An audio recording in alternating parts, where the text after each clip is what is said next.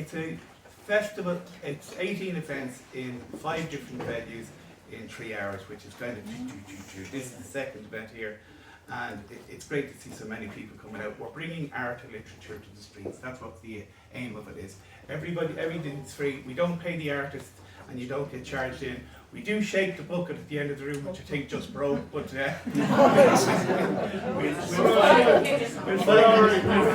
we'll find another bucket.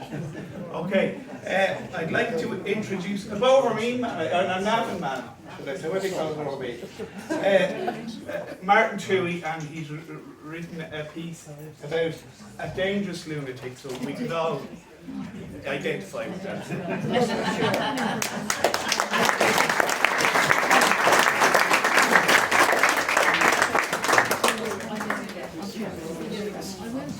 Okay.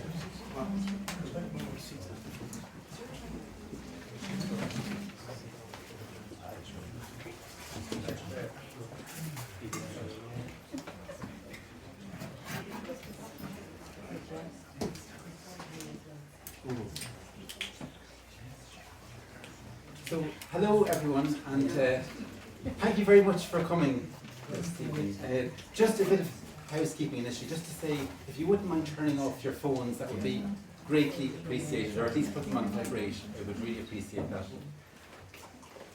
Thank you. So, yeah, thank you very, very much for coming. We're delighted to see you all. So, just to introduce myself first of all, my name is Martin Toohey, and I'm from Navan in County Meath. Sorry, I'm a bit nervous. I'm from Navan in County Meath, and so 5 years ago I wrote a story about my great grandmother, Bridget Toohey, and actually we launched it here at Hinterland 5 years ago in 2019. So today is very kind of significant because it's the first kind of step in the journey of it being brought to the stage, because we've adapted into a stage play now. So I'm delighted to have with me reading this evening actor Michael Hayes and musician Fiona Milady, and I'm very appreciative for them being here. You're welcome.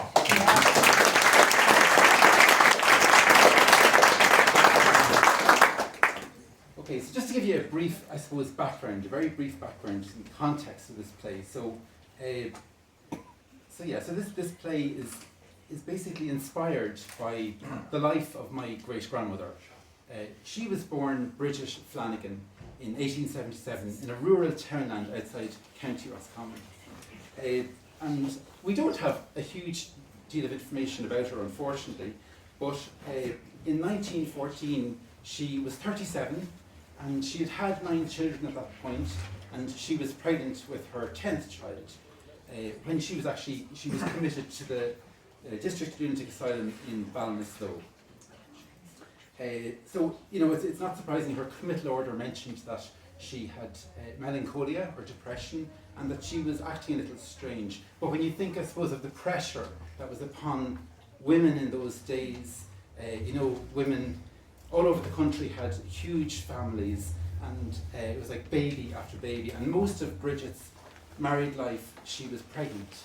So you can only imagine if somebody, you know, the pressure of that, you know, and if you had any kind of element of postnatal depression, there was no chance really of a recovery. And then the kind of, her story is, I suppose, it echoes that of thousands of other people. And what was, I suppose, not that unique to Bridget was the fact that due to her symptoms, she was put into the asylum, but she spent the remainder of her life there, 25 years.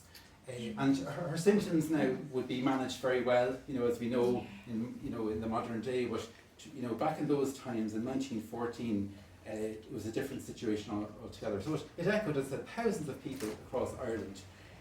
In actual fact, what I found most interesting when I was doing my research was the number of people in asylums in Ireland at that time. So in post-famine Ireland, there was a huge number of people committed, and a lot of that was to do with the stigma that was surrounded mental illness at that time. And I just want to make reference to an act of legislation that was introduced in 1838. That's actually very, very significant. And it was called the Criminal Lunatics Act. And if we think about Ireland at the time, Ireland was part of the British Empire. However, this act of legislation was unique to Ireland because it was called the Criminal Lunatics Act. So I suppose it's all in the name. They made the direct association between mental illness and criminality for a start. And basically, under this act of legislation, anyone could make an unsubstantiated allegation against somebody else and say that, that person isn't well, or to use horrible terminology, that person isn't right in the head, or whatever they would have said. Then that individual was was arrested and brought before two magistrates of the peace. And they were not medically trained people. And if they deemed you to be of unsound mind, you were escorted to the local jail, and then from there brought under armed guard to the local asylum. So, so they were the first seeds of shame and stigma, if you think about it. So your loved one was a criminal, in effect. So, and British, and so it became the default method of committing people to asylums back then. And so Bridget was committed under this act of legislation. So there's a lot more to that, and I could go into more detail, but I won't. But my intentions really for this play was to I suppose, give Bridget, this lady, a voice, and she just represents thousands of people.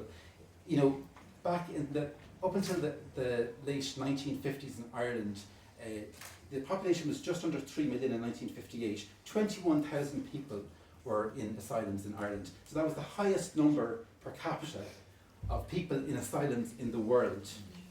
So I think that was quite shocking when I heard that myself, So my intention was, I suppose, to give this woman a voice and to remember her, because in our family, I'm sure she was deeply loved and hugely missed, and I know that, I can see that from the repercussions from my grandfather down, but people didn't talk about people back then, for lots of reasons, probably the shame, the sorrow and everything. It was just too difficult to talk about, they didn't have the language. So these people were really removed from society, and if you think about that act of legislation, it was open to manipulation of all descriptions. People, you just make an allegation against somebody and they could be committed. So huge numbers of people were just removed. So my intention was then just to, I suppose, bring my great-grandmother out of the shadows and into the light and give her a voice. And also because the stigma that, like right back then, it's left its legacy to this day in our society. Things are improving greatly, which is fantastic. However, I think there still is that kind of reluctance to talk about, mental health issues.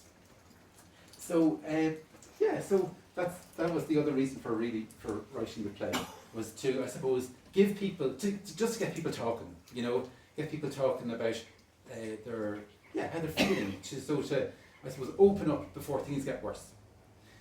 Okay, so we leave it there, so in terms of the background. I want to give you a brief synopsis of Act 1, because we're going to read Act 2, and I don't want you to be in the dark.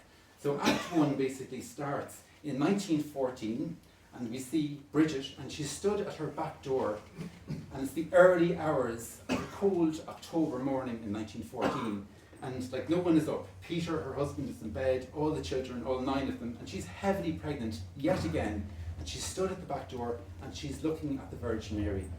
The picture here, not this picture, but a picture. And such is her exhaustion that she's hallucinating. She's not well at this point, because time has crept by and she's just exhausted. And she's seeing visions of the Virgin Mary, and because she confides in this with the Virgin Mary, she trusts her, that she'll help her, because she feels conflicted. She loves her children deeply, but she's not coping. She just wants a moment, just a space to think, to calm down, to feel better. So in that narration between herself and Our Lady, we see what happens, that we're brought back to the late 1800s when she marries her betrothed. And we see in the first years of their marriage, they're very happy, and she loves motherhood, and she really loves her children. But she's got, things are changing in the world. The talk of maybe votes for women, which was yet to come, in 1918. So she's kind of determined to carve out her own future. She wants to be an Irish teacher. That's what she would love, to be an Irish teacher. Yeah, she's full of spirit. She's shy. She's very intelligent.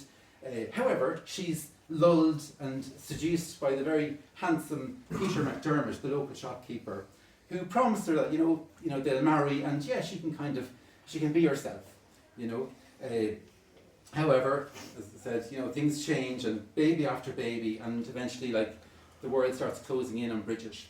And we reach this point in October 1914. She's looking to the picture, and she's talking to Our Lady, and this disturbs Peter's sleep. Peter gets up, and this isn't the first time that he's noticed that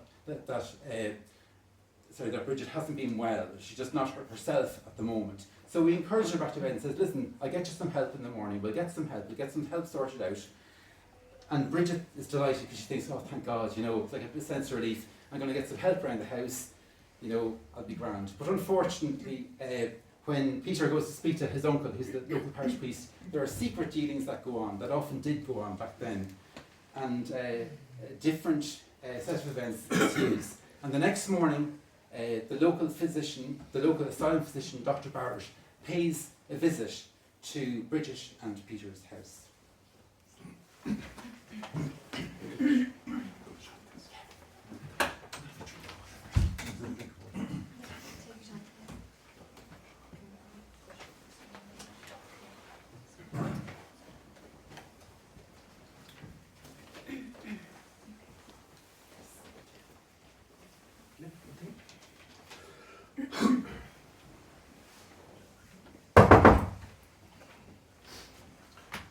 Mr. McDermott, good morning. I'm Dr. James Barrett. I assume your uncle mentioned I'd be visiting.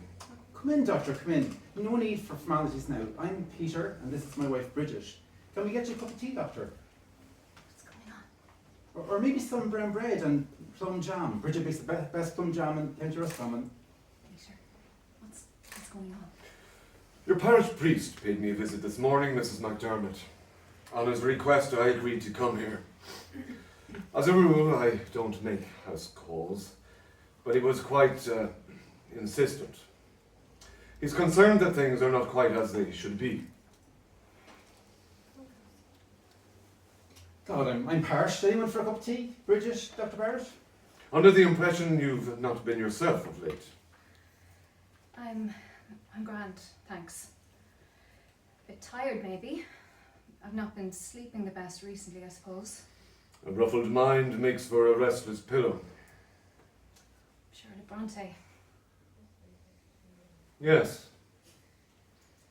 Indeed. It seems I am in the company of a great literary scholar. Well, I have always liked reading. My father had a good collection of novels, and I was fond of the Brontes as a girl. Can't remember the last time I read a book, though.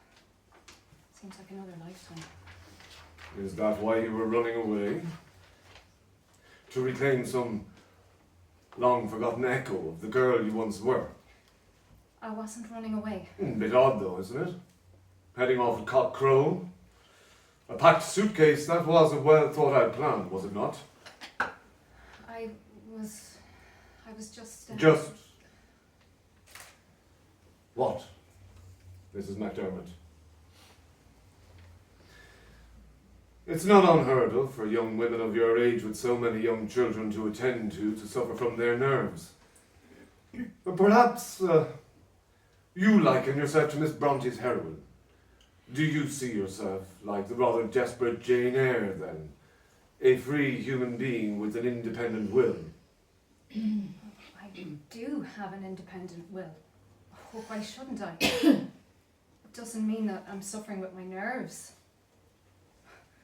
My husband, on the other hand, has a well-meaning but impressionable character. Like most men, he hears, but he does not listen. I thought you were only going to sort out help for us in the house.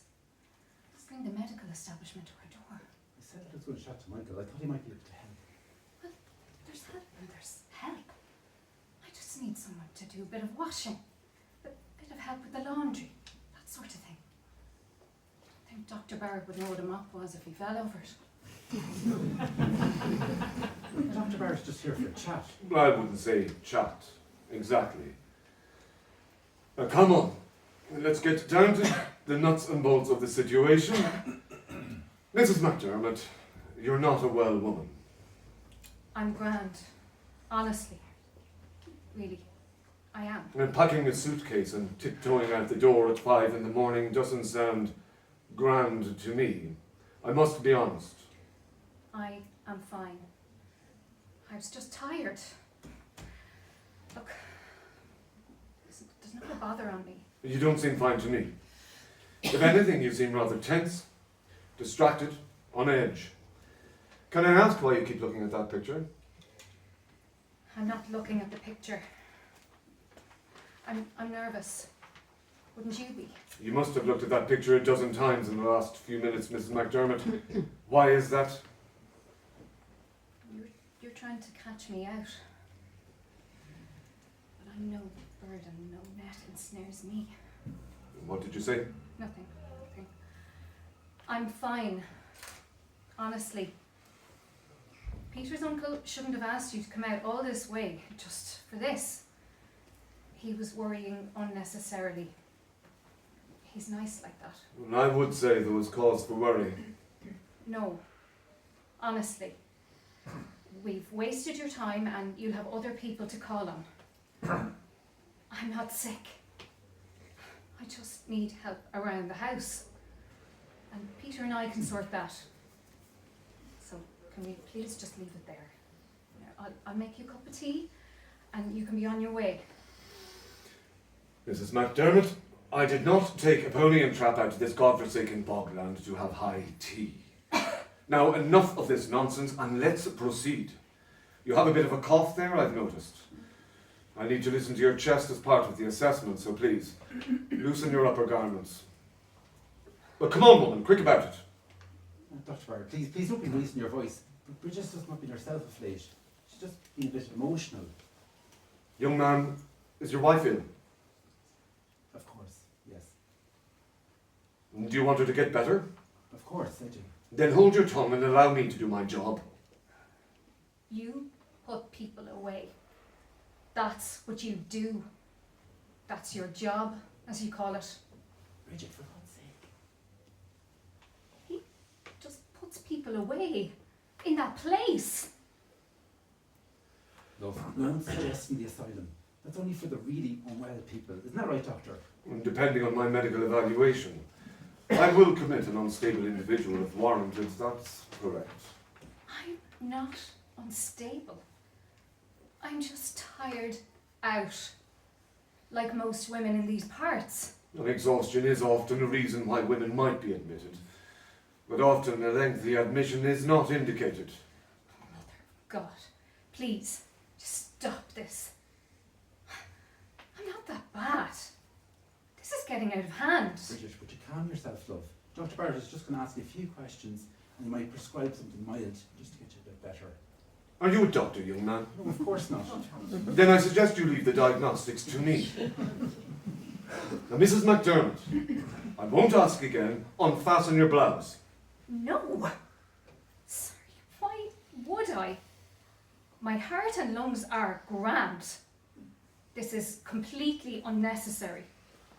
You're just trying to exert your authority over me. Mrs. McDermott, your paranoid thinking is not helping your case. Now do as I say. God almighty, are you deaf? I don't require such an examination. No! No. I said no. Please just leave. I will not be instructed in this fashion. You will do as I say. Will you keep your voice down? You'll wake the children. Who do you think you are exactly? Coming into this house, barking your orders? You think because we're simple people, you can speak down to us? Because I'm only a woman? Look, please, just go. We don't want you here. How dare you, insolent girl. Not a girl. I'm a grown woman. I'm 37. I'm rearing 9 children, practically all on my own. I have a brain in my head.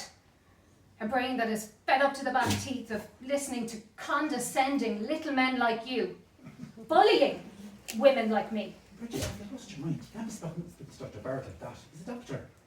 Why shouldn't I? He thinks he can just march in here and treat me like some wild beast in the field that needs controlling. Get out, right now. How dare you speak to me like that? Do you know my position in this parish? I couldn't care less what position you hold. You've absolutely no right to come in here and presume to interfere in our lives. If we need your help, we'll ask for it. If you value that head on your shoulders, I suggest you take those wiry little legs of yours and jump on that poor mare and gallop your bony backside back to your stinking asylum. What an unwomanly loose tongue you have in that thick head of yours. Have you lost command of all reason and judgment? Get out! Or I'll run you out of here, by God! You've crossed the line. Do you realise that? You've just made the most grievous mistake of your miserable life. And you pathetic excuse for a man, you're worse to put up with this nonsense. She deserves a good beating. You're responsible for this lunatic we see here before us. Well, she'll be the burden of those in authority in Ballinasloe now. She doesn't need that sort of help. That's all that's to it. So no more talking of asylums and lunatics and the lot. Unless, of course, you wish to join your wife?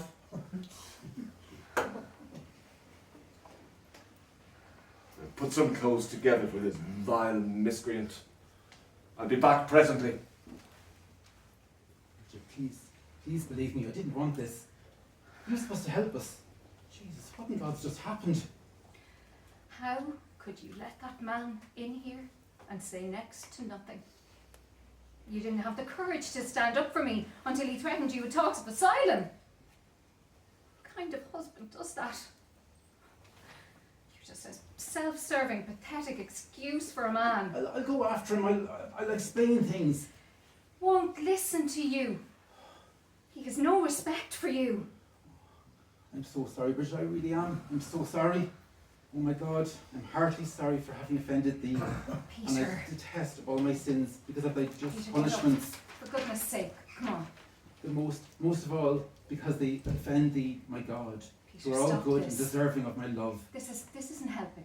I firmly resolve, with the help of thy grace, Need you to do to- no more, I need you to help me. to avoid your sin. Peter, please. Amen.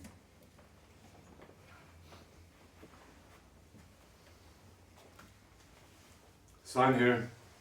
What am I signing? Oh, for pity's sake, man, just sign the document. But what am I signing? What do you think you're signing?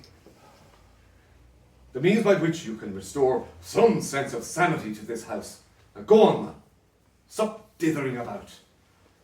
It's this sort of lily-livered character of yours which has brought us here in the first place.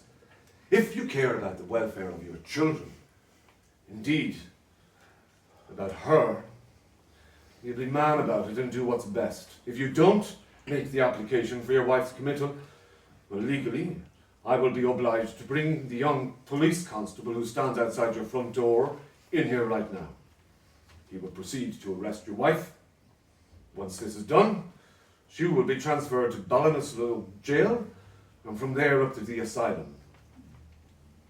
Is that what you want? Well, if you simply sign this form, it'll be easier for everyone. Think of your children. Indeed. Think of your reputation. Peter, what are you doing? For God's sake, you can't do this. You can't just sign me away, Peter. Blessed Mother. Blessed Mother, help me. Don't let this happen. Please. Where are you? Please, help me. Don't abandon me. Is this my fate? To to be trapped like a bird in a room. Come on. Stand up. You're making a mistake, Peter. Make him listen. Don't let him take me. Come on, Mrs. McDermott. Don't make it this any harder than it needs to be. If you don't come willingly, I will call Constable Dwyer in here to arrest you. Do you really want your children witnessing that? Come on. Please. This is madness. Please. No. Please.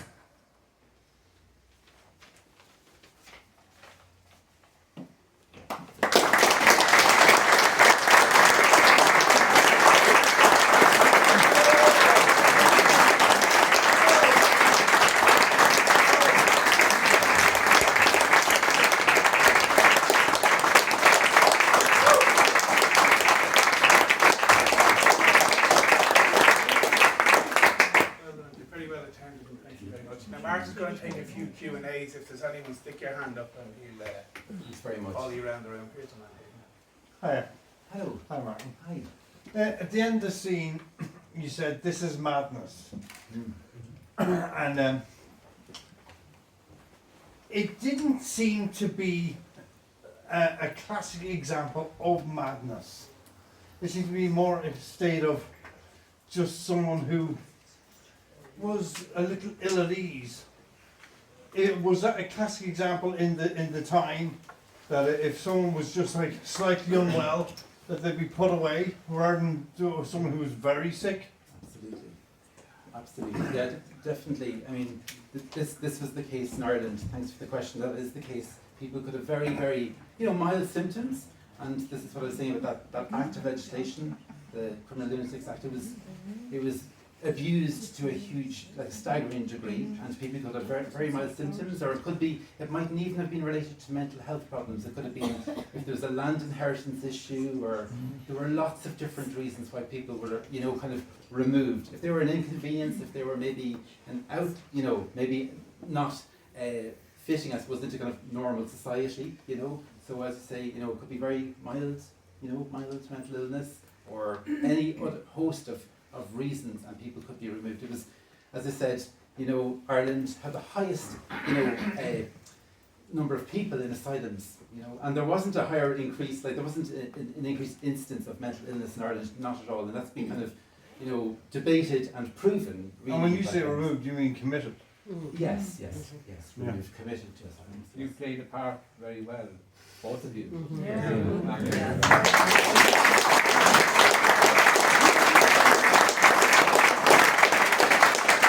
I always remember a doctor of yours at that latitude, and I had an aunt who was committed, and she was, I'm not sure what age she was, but into Grange Common, and there was with schizophrenia and absolutely no way out. But I mean, it's absolutely terrible. But I mean, you played that horrible doctor. And they were horrible.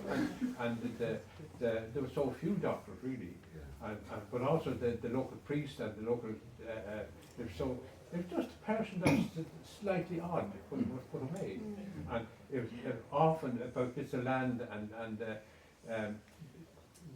one person maybe got the land, and there was also brothers and sisters hanging around that were just deemed to be if not at all. An inconvenience. And you played that so brilliantly, I think. Thank you so Thank much. you. Someone down the back there? Yeah, I want to ask Fiona and Michael, how did it feel to play those parts? I don't know how it felt to me, hearing you. I could feel those people, not yourselves as Well, actors. I say a line in this, I'm nervous, but I really was 110%. But it is, it's quite an intense piece, and yeah, Martin is very scary. It's Very scary. good. Typecast again. Women were beaten into the ground. Yeah. Yeah. Yeah. Yeah. It felt, So if So you did it brilliantly, and if you were that courageous to have, you know, Yeah, yeah. Yeah, I think it was unusual, as you said, for women to stand Oh, up yeah. and try and, defend themselves almost, and you're just not having any of it. No, I mean, and to answer your question, I actually find it quite moving at the end. And we've been rehearsing on Zoom mainly, and this afternoon was the first time we sat together physically. All right. And there was a short debate as to who should sit where, and it ended up with Fiona sitting there. And I was really conscious, and this is 2024, of two men bearing down on the wishes of a woman. And her last plaintive cry, that as soon as he puts ink to paper, her fate is sealed. You know, and this man who's put on a pedestal just because of his profession, and he's been in cahoots with the priest before he got here. So it's just the imbalance of power, the abuse of that power, and the victim creation. So to answer your question, I actually find it quite moving. I mean, I like playing mean people, but exercise the inner asshole. Yeah, but it's very, very moving. You know, very moving. Yeah. Over here.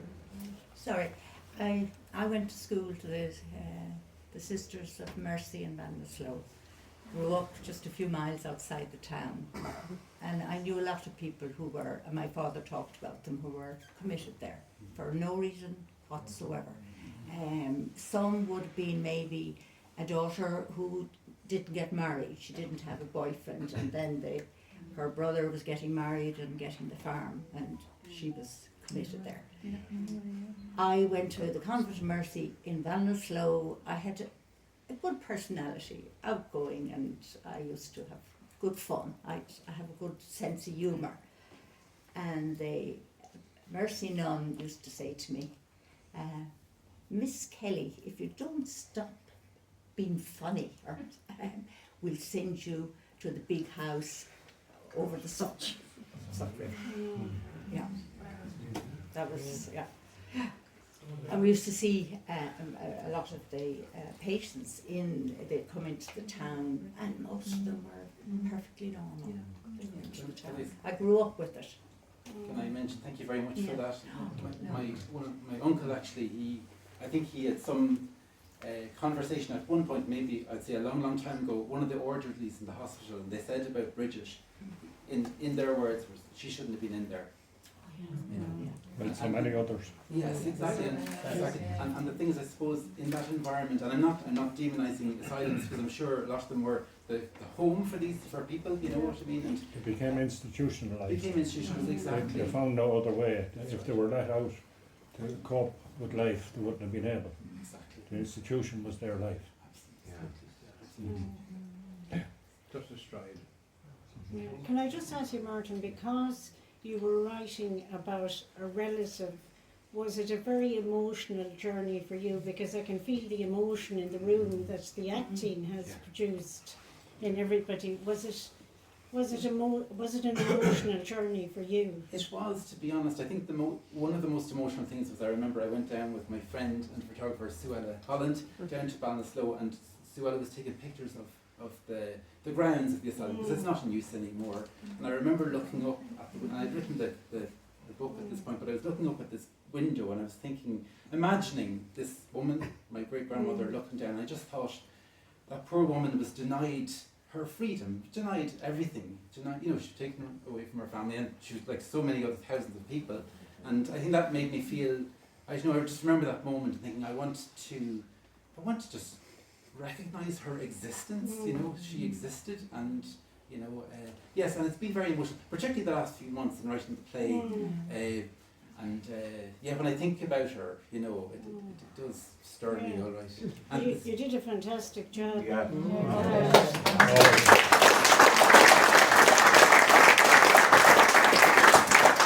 Gentleman over there on the far side of the wall. Hello. Martin, how are you? I was talking to you earlier. Yes. The 9 children that were left in the house, how did they manage? To the best of my knowledge, and I there are other authority figures here who will know much better than I will, but as far as I know, I think it might have been the grandmother on the other side who might have looked after the children. and I think maybe some children went to different houses. I think that was the way back then, you know, and would have helped out, you know, with relatives and the farms and things like that. So that's the best of, to my understanding anyway. Dr. Drew, welcome back. Hi Martin. Hello. How would it have all been different if you just had a couple of bridges, some help in the house? I know. Well, absolutely. Absolutely. Yeah, you're so right. If she just, and I think this is where, like, I really, the more I played Peter, I despise him, and I actually have more admiration for him than I have for Peter. Because, you know what I mean, you're right. That's what she needed. She needed some help around the house. The poor woman, and that's the thing about women back then, they were just driven into the ground. They hadn't a chance. They were exhausted, baby after baby. Like, as I said, most of her married life, she was pregnant, you know. And you're right, had she had some help, and I don't know, because she was never spoken about, because they didn't speak back then about, so I don't know what sort of support network she had, if she had sisters or brothers, but I think she had a brother, definitely. So we don't know what kind of support she had, or how supportive Peter was. Well, his name was actually Michael, it wasn't Peter. So yeah, it's been interesting. I think it'd be a very different story. Do you not think that Peter in the play has is a victim just as much of the society that he lived in? Yes. He was downtrodden too. Yeah, he didn't have an opportunity. He went for help. Yeah. Yeah. He went to his uncle, the priest, for help. Yeah.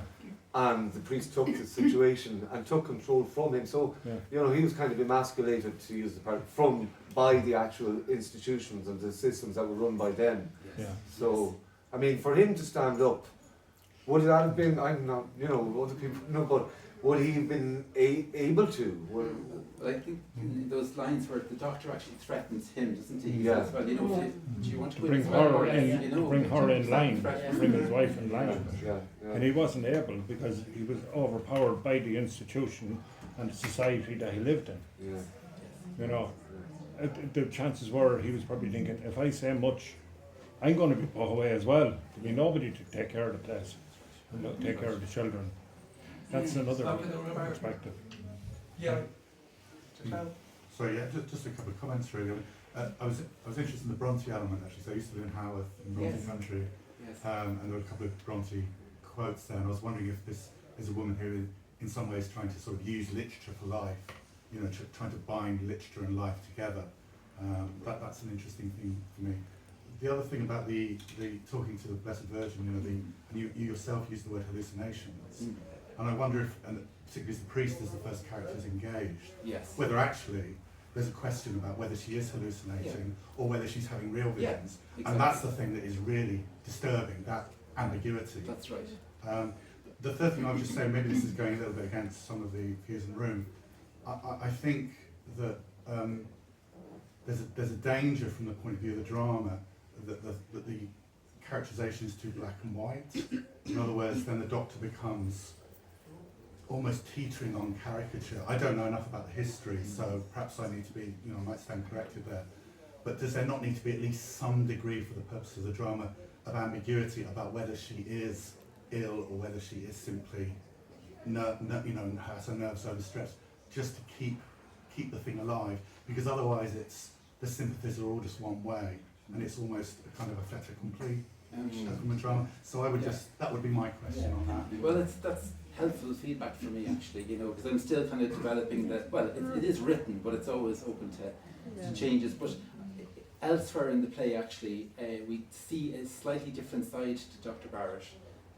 He seems incredibly harsh. I mean, I don't know about the time, but he seems monstrously harsh to me. And I just wonder if there needs to be more equivocation. I'm sorry, I grew up near Ballinasloe, as I said. The Doctors really speak like that. Yeah, my name is Dippna Mahoney.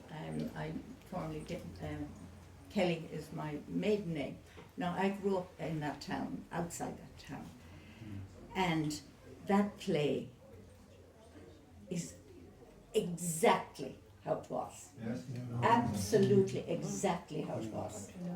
And I know from my father, his brother, who was beaten up by the Black and Tans because he was William Kelly, and they were looking for a different William Kelly.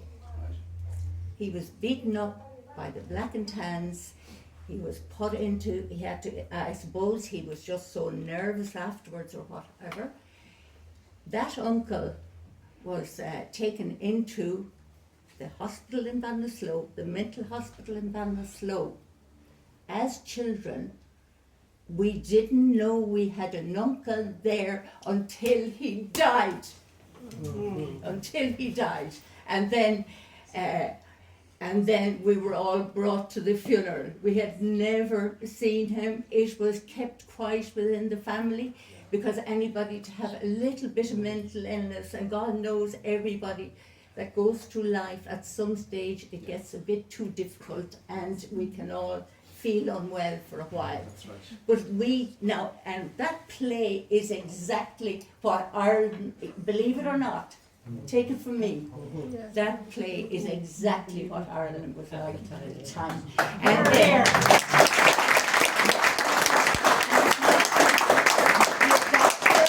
the doctor and the priest and the church and the teacher, every decision was made by them, and the church had a huge bearing. They ruled And they were all Ireland. men. And they were all men. No, and that's the truth. My uncle, he died in the mental hospital. We didn't even know he was there because it was a shame to have a bit of illness. And let me just add as well, my own dad, he had 9 children. He grew up a wonderful mother, wonderful dad. But he grew up, it was a small farm, and he was worried about feeding, and at that time you couldn't choose how many children. Women were so downtrodden then, and I know from my friends living in Clontuskert outside Ballinasloe, their mothers had no voice. My mum had a voice in our house. She was wonderful. She was very well educated, and they really got on well. But my dad, at times, with the 9 children, he suffered a bit of mental illness. And we were lucky we grew up on a farm, but he was sent up to the private hospital in Dublin, so as nobody would know. And we were told I happened to have an aunt living in Dublin at the time. He was gone up to Auntie Annie's, but he went to the private hospital in Dublin, and he had to pay for it. Well, that was to hide the secret of not being well. Down the back, please, go. I'm sorry, but that's how it was. Thank you. Go ahead, the back. Hi Martin.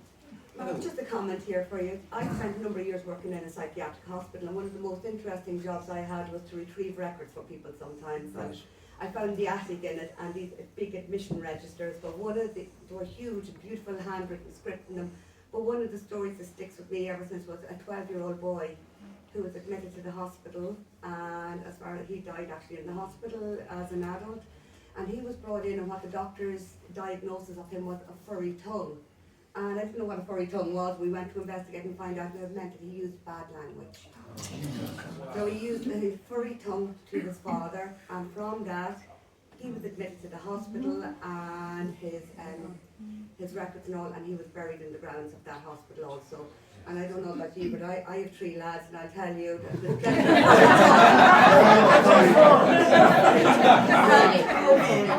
3 of them could be gone at this. Sorry, the lady here at the back. Simple as that. Thank you so much. Martin, can you just say a few words about the next steps, because this is a journey, it's evolved. Yes. Just say, what are the next steps, and if there's people in the room who are interested in following the journey, how they do that. Sure, okay, absolutely. So obviously, like, the play is written, and so I'm at kind of in the process of like trying to, I suppose, to raise the funds, to actually get it to the stage, because that's another. So I've got some ideas in my head, and I'm hoping that maybe the Rammer, I've contacted the Rammer Theatre in County Cavan, so in January we've got a provisional date that it will be performed on the 18th of January in the Rammer Theatre which I believe is a fantastic theatre. Now, if you want to find out, because obviously this is subject to change, but if you want to find out more about the play and we can kind of keep you updated, there'll be a sheet of paper. Charlie Gandhi at the back. Also the lighting man, the Frenchman. you can write down your details there, and we will contact you and keep you updated in terms of like where the play is, when it's going to be on, so that you don't miss it. And so thank you very much. And I really, really appreciate it.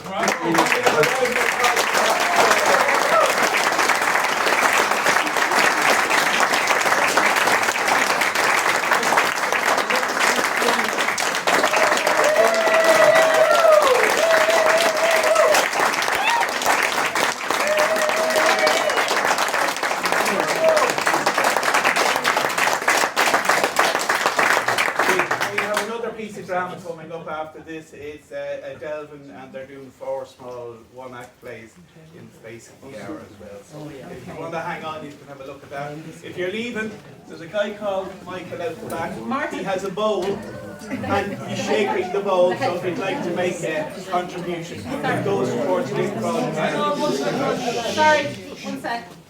Sorry, just to say, if anyone, we're going to go over to the Headford Arms Hotel now, if anyone wants to join us, sorry, just because I know there are friends and relations here who might want to, continue the conversation over there, or another conversation.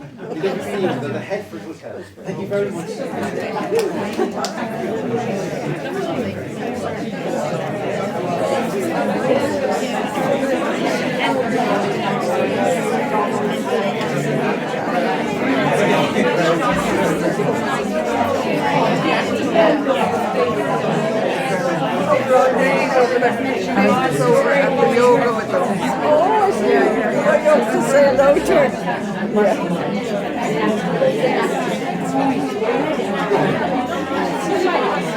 It was amazing.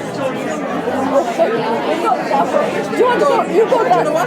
If you're going that way, I go that way. How are you doing? Oh, she's you might go at the front. That time. No, that was my own. Oh, that's yours. Oopsie. Yeah. Oh, they were going this way. Are we sorry? I'm blocking. Yeah.